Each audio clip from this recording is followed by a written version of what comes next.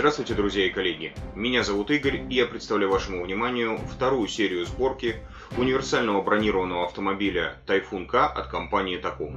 В этой серии мы поговорим об окраске автомобиля в достаточно необычный градиентный камуфляж. Большую часть интерьера видно не будет. Тем не менее, его все равно необходимо окрасить. Тем более, что в модели есть и окна, через которые частично будет видно интерьер, и, например, открывающийся задний люк. Однако, видный интерьер будет лишь условно. В связи с этим, его окрашивать достаточно просто. Для визуального увеличения объема интерьера я сначала наношу пришейдинг, используя черную матовую краску, затем буду наносить основные цвета.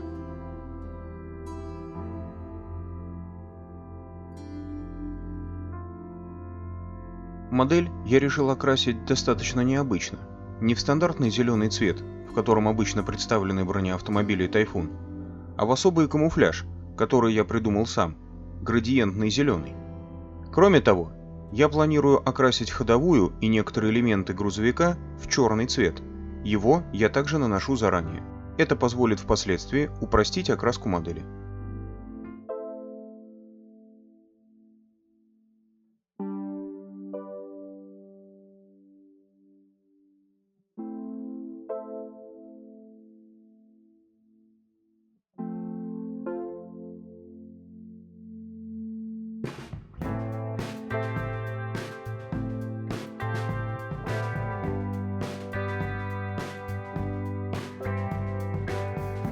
Обратите внимание, что дверь со стороны водителя я не стал приклеивать.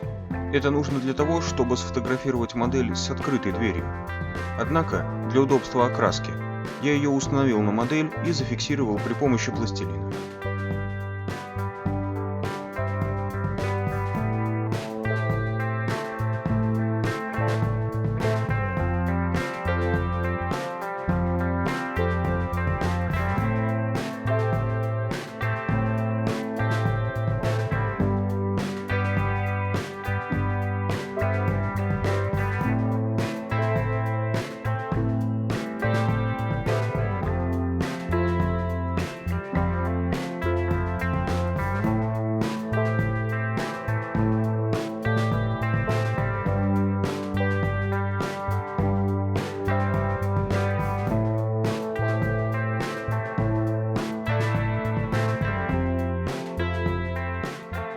Завершив нанесение пришейдинга в интерьере, наносим основной цвет. Это будет оттенок серо-голубого, его я подбирал по фотографии. При нанесении этого цвета особое внимание уделяем углу наклона аэрографа, при помощи которого мы можем задать необходимые тени.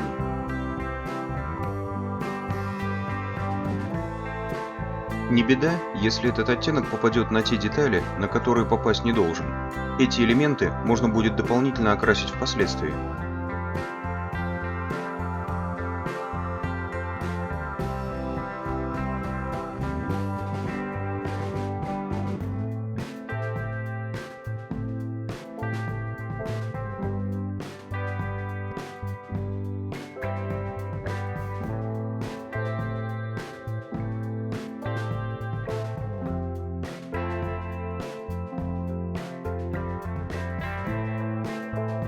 Сиденье окрашиваем в зеленый цвет. Оттенок этого цвета я также подбирал по фотографиям, используя два оттенка – хаки и оливковый зеленый.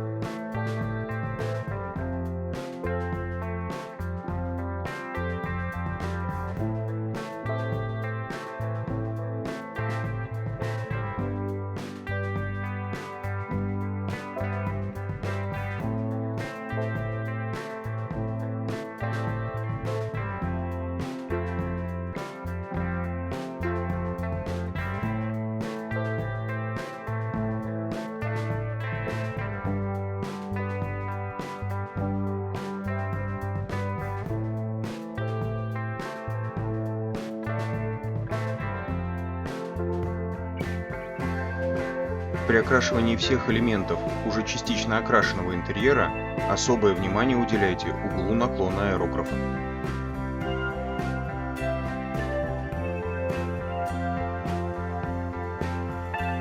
Немного высветлив базовый зеленый оттенок, дополнительно окрашиваем выступающие элементы сидений, а также их верхние части. Это визуально увеличит объем интерьера.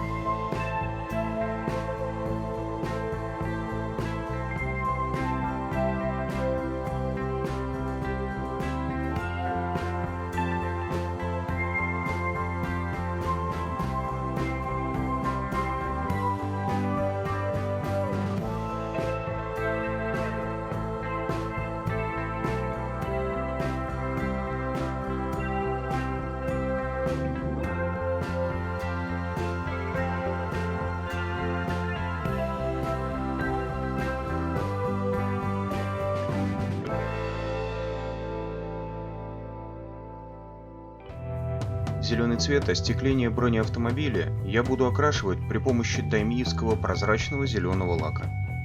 Этот лак очень важно накладывать в несколько так называемых сухих слоев. Это когда краска накладывается без явного глянца, и только затем наносить мокрый слой. В противном случае краска может образовать некрасивые потеки.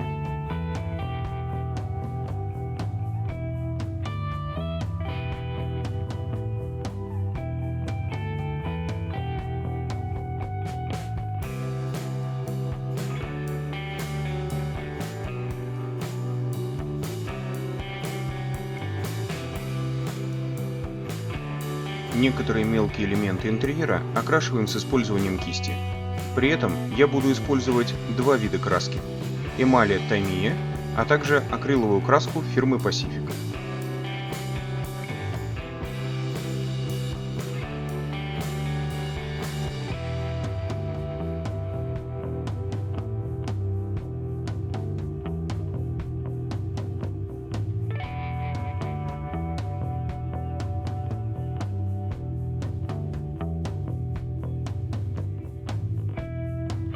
Совсем мелкие детали я окрашиваю при помощи остро заточенной зубочистки.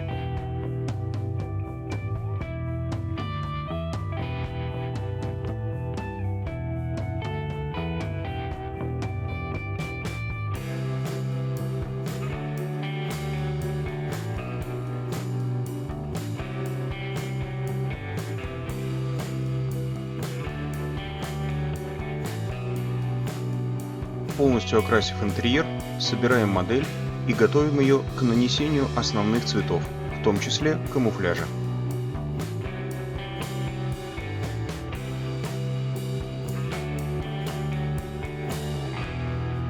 Для упрощения сборки половин корпуса я предварительно смазываю их при помощи густого клея для пластика.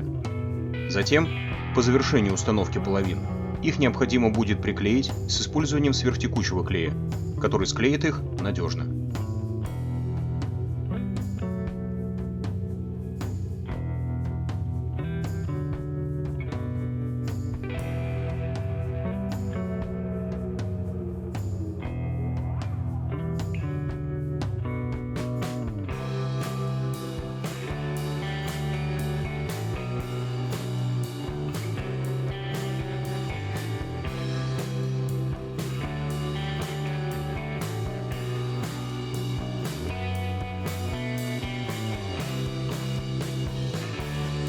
Для того, чтобы надежно и прочно склеить половины корпуса спереди модели, я их промазываю сверхтекучим клеем и фиксирую с использованием струбцин.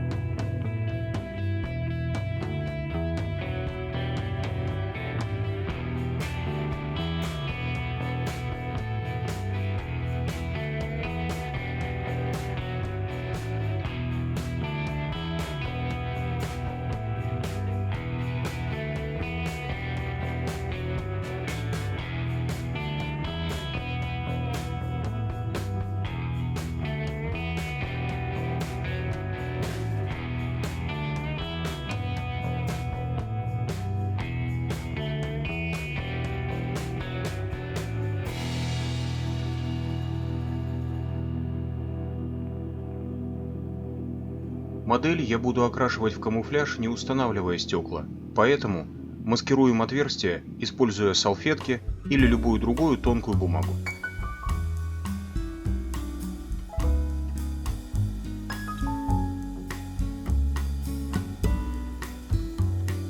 Основную окраску модели начинаем с пришейдинга. Прежде всего окрашиваем в черный цвет ходовую и все те элементы, которые должны остаться черными, а также наносим тени.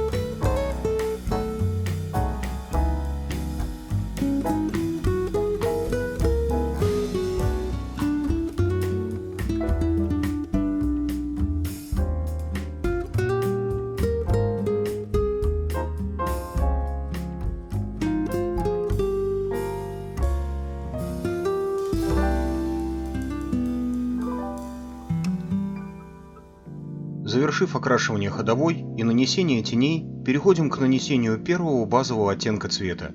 Это будет темно-зеленый.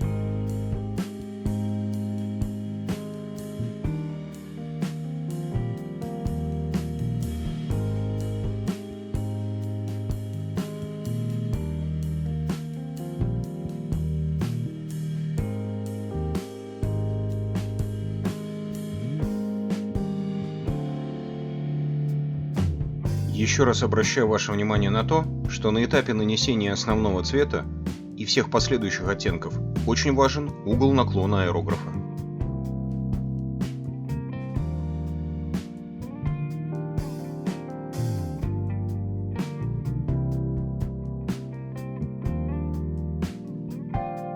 Переходим к нанесению высветлений.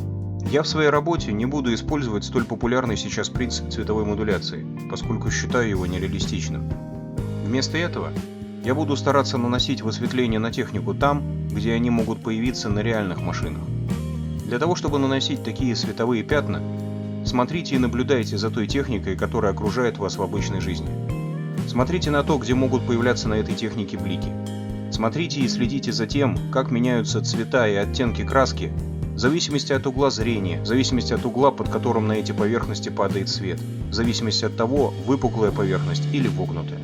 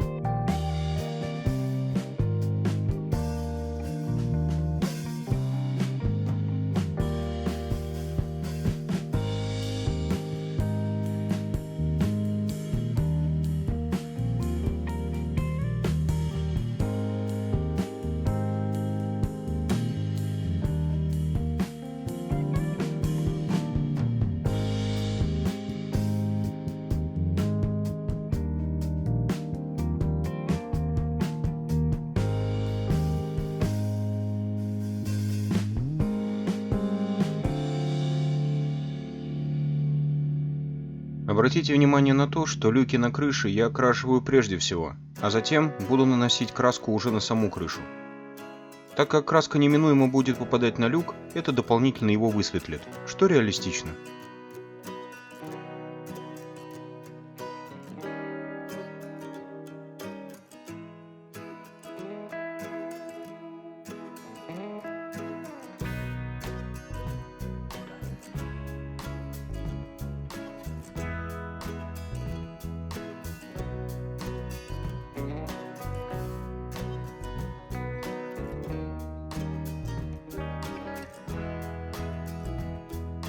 Переходим к нанесению заранее запланированного градиентного камуфляжа.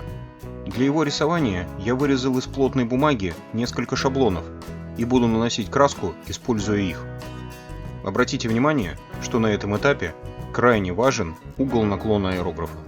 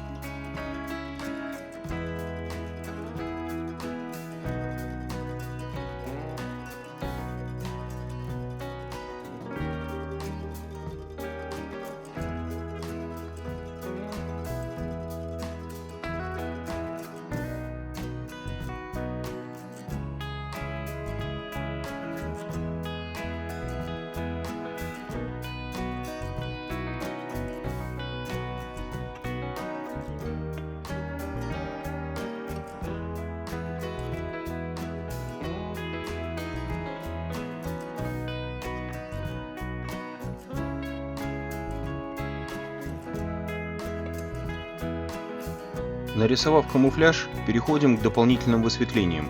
Они необходимы, чтобы визуально увеличить объем модели, а также придать ей реалистичности. Кроме того, этот этап сгладит лишний контраст между нарисованными полосками камуфляжа.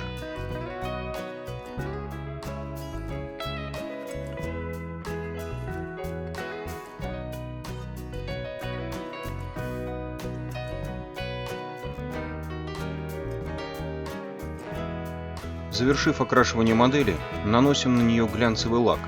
Это упростит последующее нанесение декалей. Для размягчения и дополнительной приварки декали к поверхности я буду использовать жидкость фирмы Tamiya Mark Fit Strong.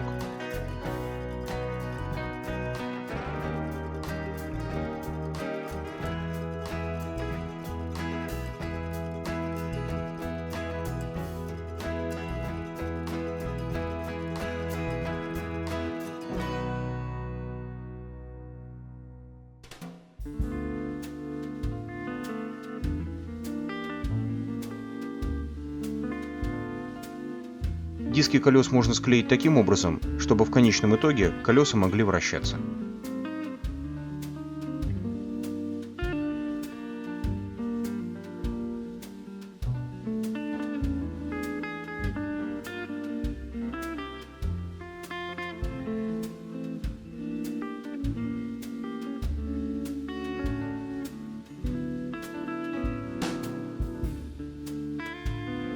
Наносим смывку. Ее я буду изготавливать сам, используя художественное масло цвета Burnt Umber.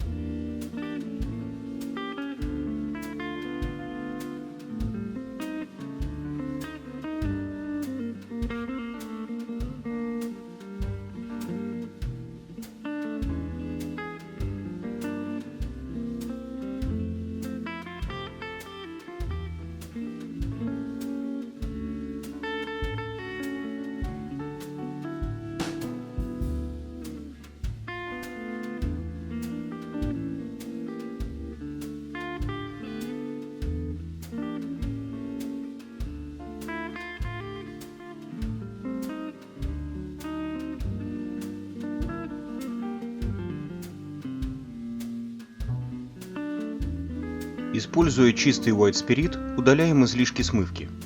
Для выполнения этого этапа необходимо следить за тем, чтобы кисть не была слишком мокрой. В противном случае смывка может потечь, и вы уничтожите достигнутый эффект.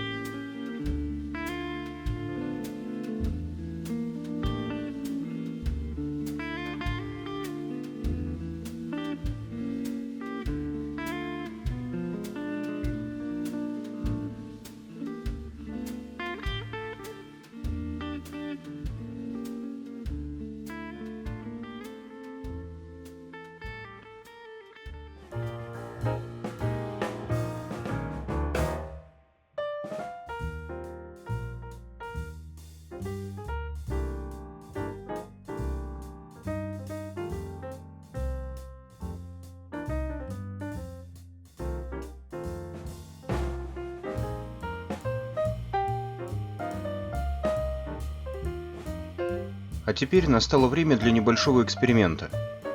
Для окрашивания модели матовым лаком я буду использовать новую линейку краски от компании Tamiya. Это нитрокраска и нитролак. Для смешивания я буду использовать родной растворитель фирмы Tamiya. По итогам использования данной краски я могу ответственно заявить, что я нашел замечательную альтернативу своей любимой нитрокраске фирмы Ginza. Лак компании Tamiya меньше пахнет и дает более ярко выраженный матовый эффект. Краска в работе мне очень понравилась, и я однозначно могу ее рекомендовать для использования. Тем не менее, еще раз напомню, что нитролак довольно токсичный, и использовать его нужно в хорошо проветриваемом помещении. Используя кисть, окрашиваем фары на модели. Изнутри окрашиваем фары серебрянкой, для того чтобы достичь необходимого эффекта блеска. Снаружи, используя тот цвет, который необходим. На данной модели черный матовый. Не забудьте также, что некоторые элементы оптики нужно будет окрасить при помощи прозрачного лака. Как правило, это прозрачный оранжевый и прозрачный красный.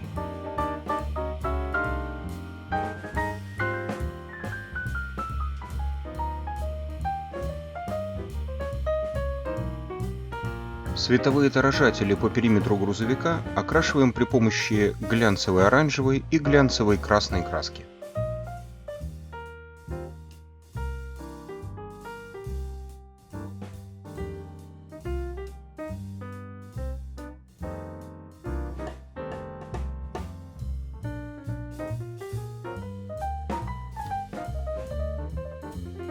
Для того, чтобы не повредить лакокрасочное покрытие, а, например, на стеклах мы делали его с помощью эмалевых красок, приклеиваем их, используя клей ПВА. Он не повредит поверхность краски и при этом надежно приклеит детали друг к другу.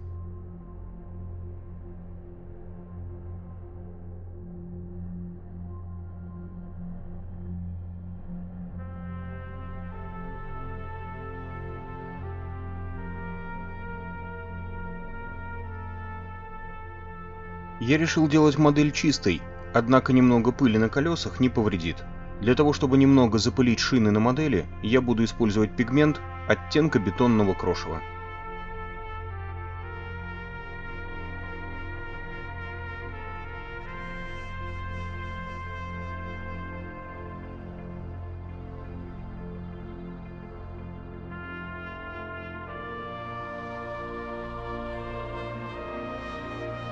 В итоге останется лишь установить уже собранные колеса на модель.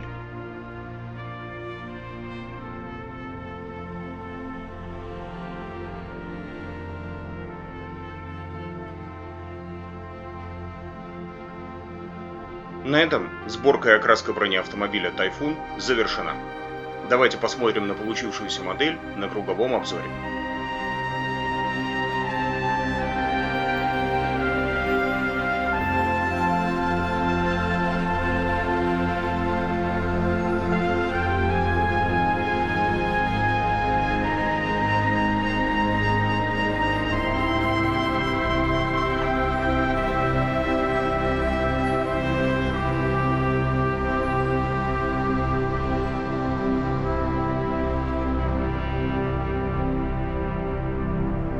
И на этом все. Подписывайтесь на мой канал. Если видео нравится, ставьте лайки, оставляйте комментарии. Если есть желание помочь развитию моего канала, ссылки для этого приведены в описании к данному ролику. Удачных вам моделей и до новых встреч!